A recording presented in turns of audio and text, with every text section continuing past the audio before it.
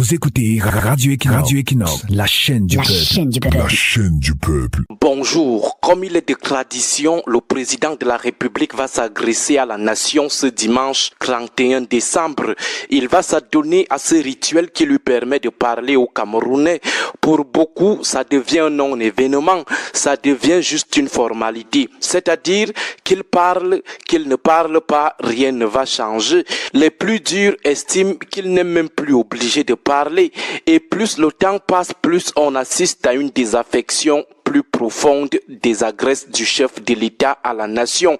Pourtant, avant, le discours du président était très attendu. C'était comme si les Camerounais attendaient un match des Lions indomptables des années 2000 ou des Lions indomptables d'avant.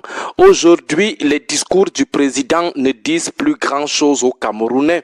Qu'est-ce qui n'a pas marché? Pourquoi cette dégringolade des discours du chef de l'État sur l'échelle des préoccupations des Camerounais? De notre point de vue, la première cause est l'impression de la mêmeté.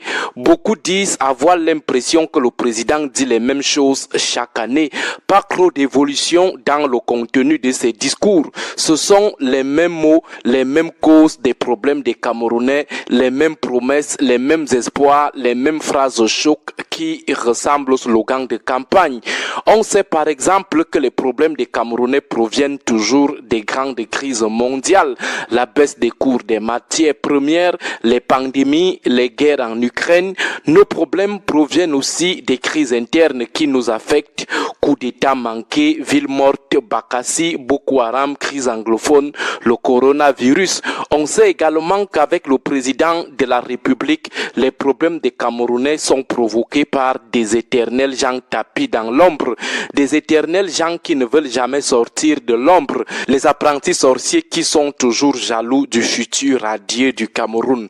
Toujours à l'actif de l'impression de la mêmeté, on a les mêmes optimismes. Tout est sur la bonne voie avec le président, tout est sur le point d'être satisfaisant. Beaucoup de choses sont toujours faites, en même temps, beaucoup reste toujours à faire. L'atteinte du bout du tunnel est toujours imminente. Les lendemains radieux sont toujours imminents. Donc, beaucoup pensent qu'il s'agit depuis 40 ans d'un remix. Le même 33 tours qui tourne depuis le 6 novembre 1982.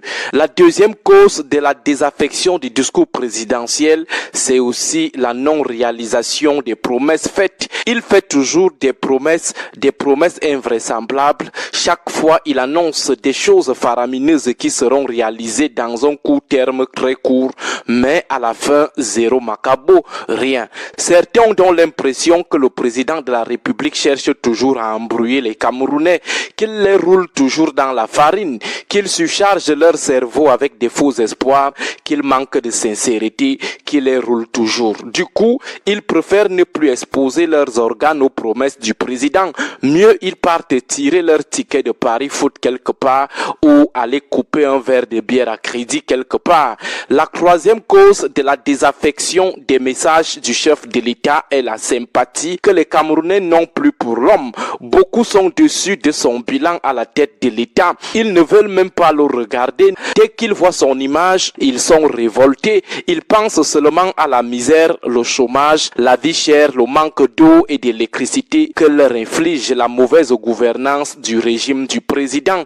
Ils pensent à la société des frustrations que le président a bâtie après 40 ans de règne, avec d'un côté les en bas martyrisés, spoliés, et de l'autre les en haut jouisseurs qui mangent sauvagement et allègrement avec l'argent du peuple qu'ils détournent au quotidien. Donc à chaque fois que ces Camerounais voient seulement la tête du président à la télé, leur tension monte. Ils ont subitement les nerfs. Alors ils préfèrent jouer la carte de la prévention, la carte de la préservation de leurs nerfs.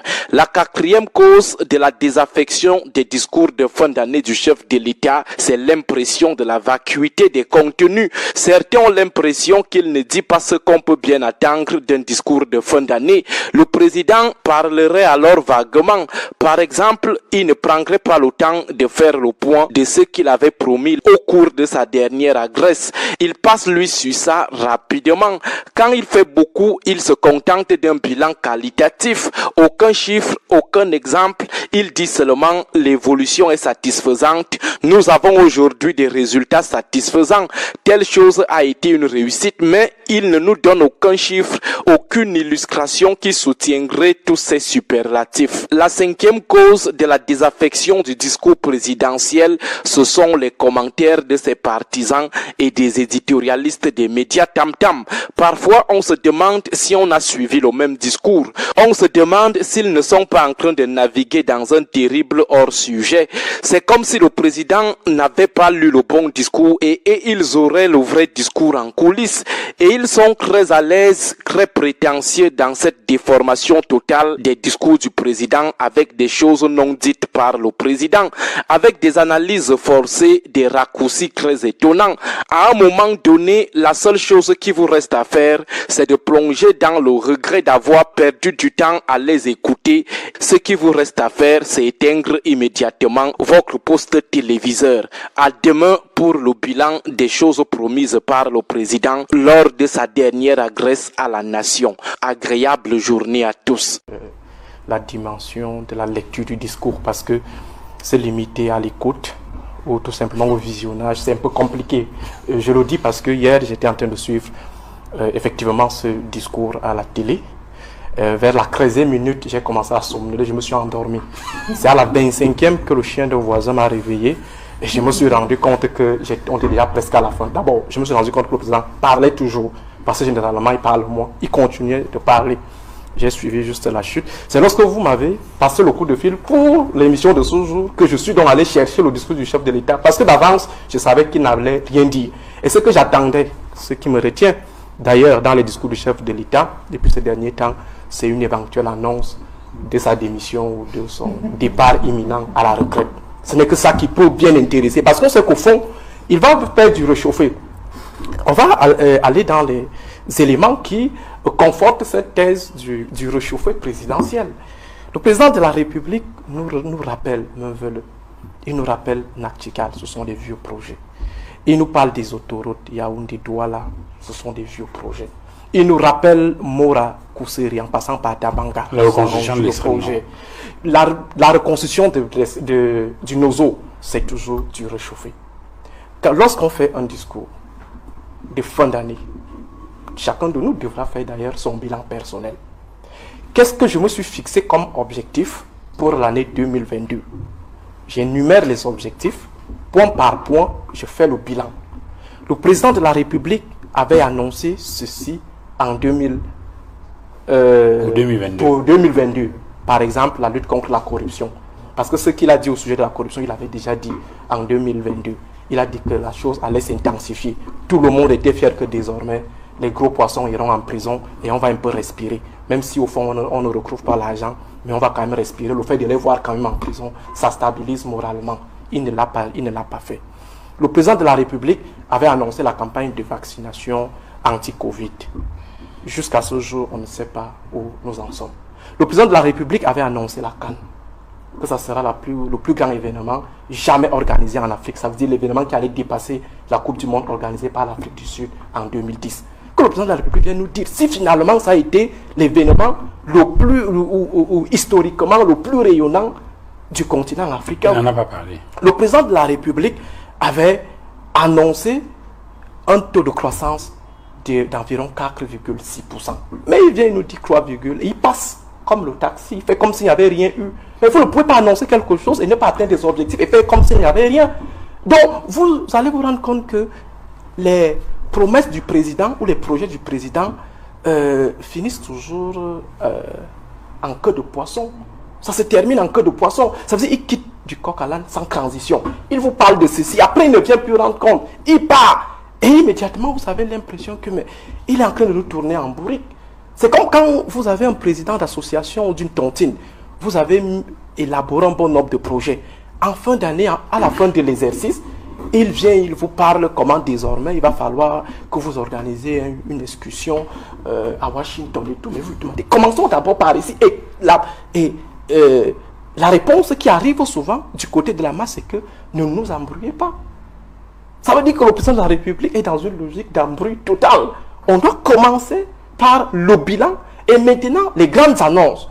Par rapport aux annonces, Le président de la République, comme le disait le docteur Oko, le président de la République est totalement déconnecté. C'est-à-dire qu'il vit dans une autre galaxie. Au moment où nous sommes assis, on se demande comment est-ce qu'on va faire pour affronter le timbre fiscal. Comment est-ce qu'on va faire pour affronter l'huile Mayor? Comment est-ce qu'on va faire pour affronter le sac de ciment? Est-ce qu'on pourra même construire un jour? Au moment où on pose ces questions, le président de la République vient dire que j'ai instruit la réalisation de 3 projets miniers. Mais où est d'abord la Sonara? La Sonara est où? La réhabilitation de la Sonara, c'est où? Les projets annoncés dans le cadre des projets structurants, c'est à quel niveau? Fais-nous d'abord le bilan. Et les Camerounais attendent des éléments ponctuels.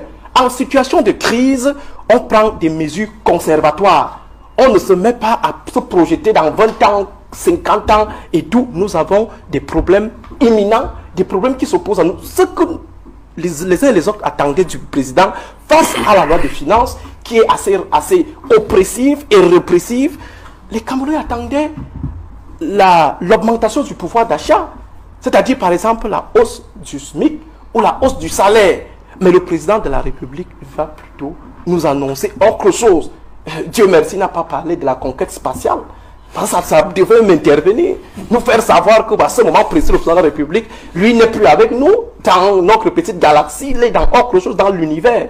En fait. Donc, il faut dire que, contrairement à ce que mon ami du RDPC disait tout à l'heure, si nous avons évoqué la question de l'implication des populations, c'est de manière ironique. J'ai dit d'ailleurs qu'il nous rejoint, il ne nous apprenait absolument rien. Il nous rejoint.